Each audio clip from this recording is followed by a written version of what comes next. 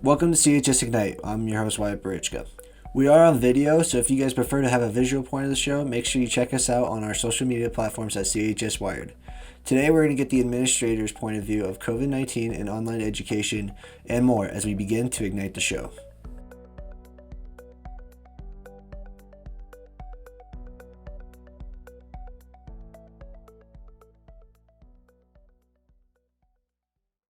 Governor Mark Gordon is starting to ease some restrictions so the state can reopen. Cody schools are most likely not going to return this year due to the COVID-19 outbreak.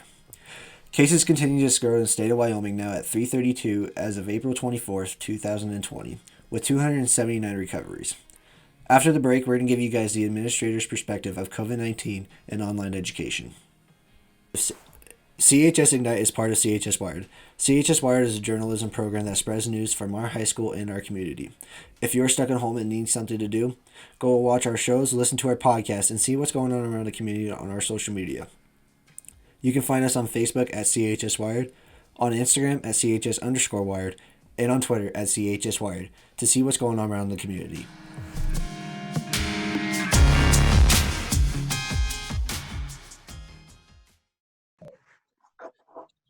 Okay, guys.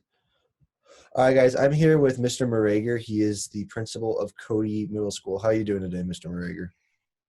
Doing very well. Thanks for having me on. I hope you guys are well. What was your initial reaction when you heard that school was going to be closed for a while?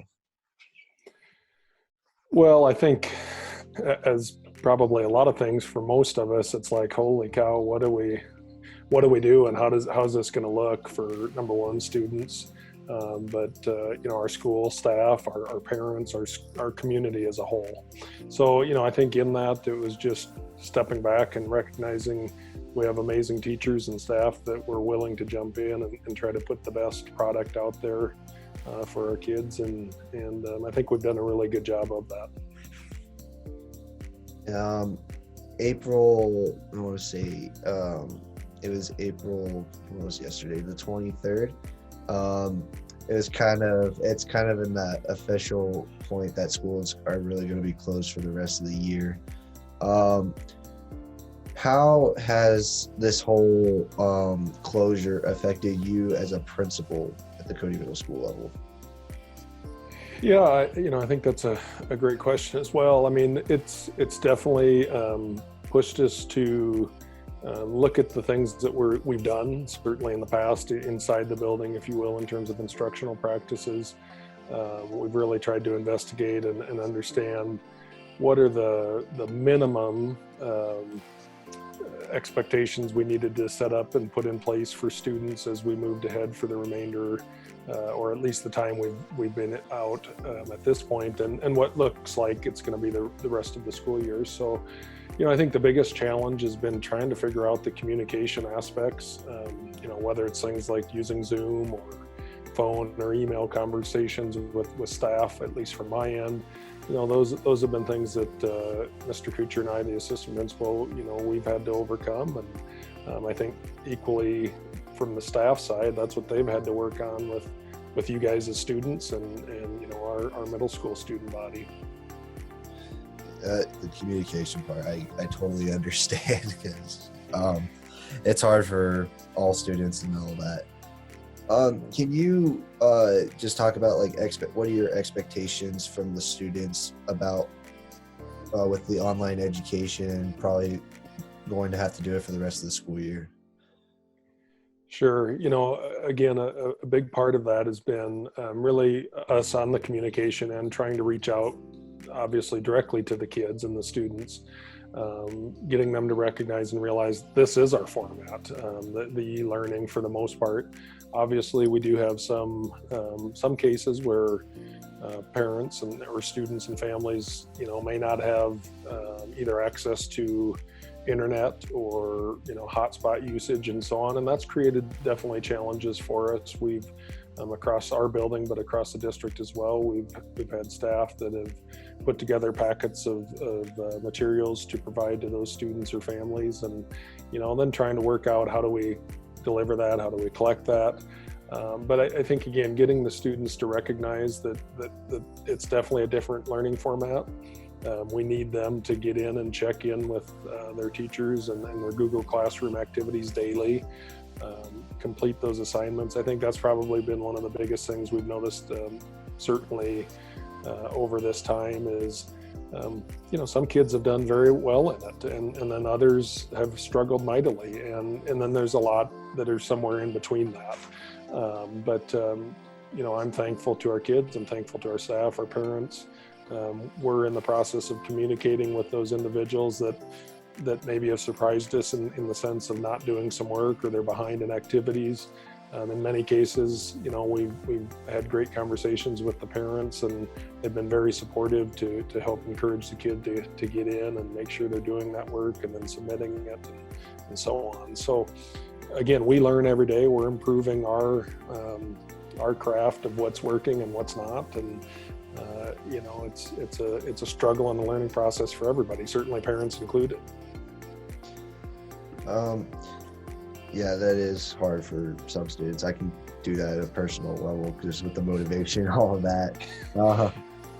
So as the principal of Cody Middle School, what are your goals? And you did talk about it a little bit, but maybe just a little bit more in depth of like your goals during the quarantine as the principal of Cody Middle School. Well, I think, to me, first and foremost, our biggest goal is to ensure the well-being of our students and our families. Obviously, learning is critical and important, but that pales in comparison to just the general health and safety of students, of staff, of parents, of our school community. So, really trying to reassure from myself and the administrative team at Cody Middle School to our staff, on to our students and parents, that take care of yourselves, number one. Then obviously diving in, as we've talked about, and getting into the school work. As we've worked with the teachers, we've really said, let's look at those essential or priority standards of what do the kids need to have, and make those the priorities of what we're teaching, not trying to do too much. To be honest, we've had that conversation with staff, and we've said, take what we think we need to do, cut that in half, and then probably cut it in half again, because I think naturally as teachers, we want to make sure we do prepare our kids for the next level, whether that's the next school year, students that are moving on to high school, obviously in your guys' case, those that are moving on to college or the workforce or military, whatever it is. So I think instinctively, staff, we want to take care of every child, and we want to do our best by them. And sometimes that's hard to know exactly what is that, especially in this environment. Okay, this is my last question. Is there anything you would like to add or say anything about COVID-19, online education, etc.? Well, I wish we weren't having to deal with it, of course. But I will tell you, I've been so impressed by our community, certainly the individual school communities, parents, community members, students, staff, banding together and really working to make this the best that it can be. And I think that's what's going to define our ability to walk away from this and make something good of it, and certainly develop resolve in population of students and folks that are impacted by this. So, again, I guess I just hope that we're able to look back on this in 5, 10, 20 years and say, and identify a lot of things that help make us better as an individual, as a community, as a country. All right, Mr. Merager, thank you again for taking the time to do an interview with me, and I hope you're staying safe. Well, thank you. Thank you for listening to this episode of CHS Ignite. I'm your host, Wyatt Burichka, and next time we'll continue the admin's perspective of COVID-19 and online education.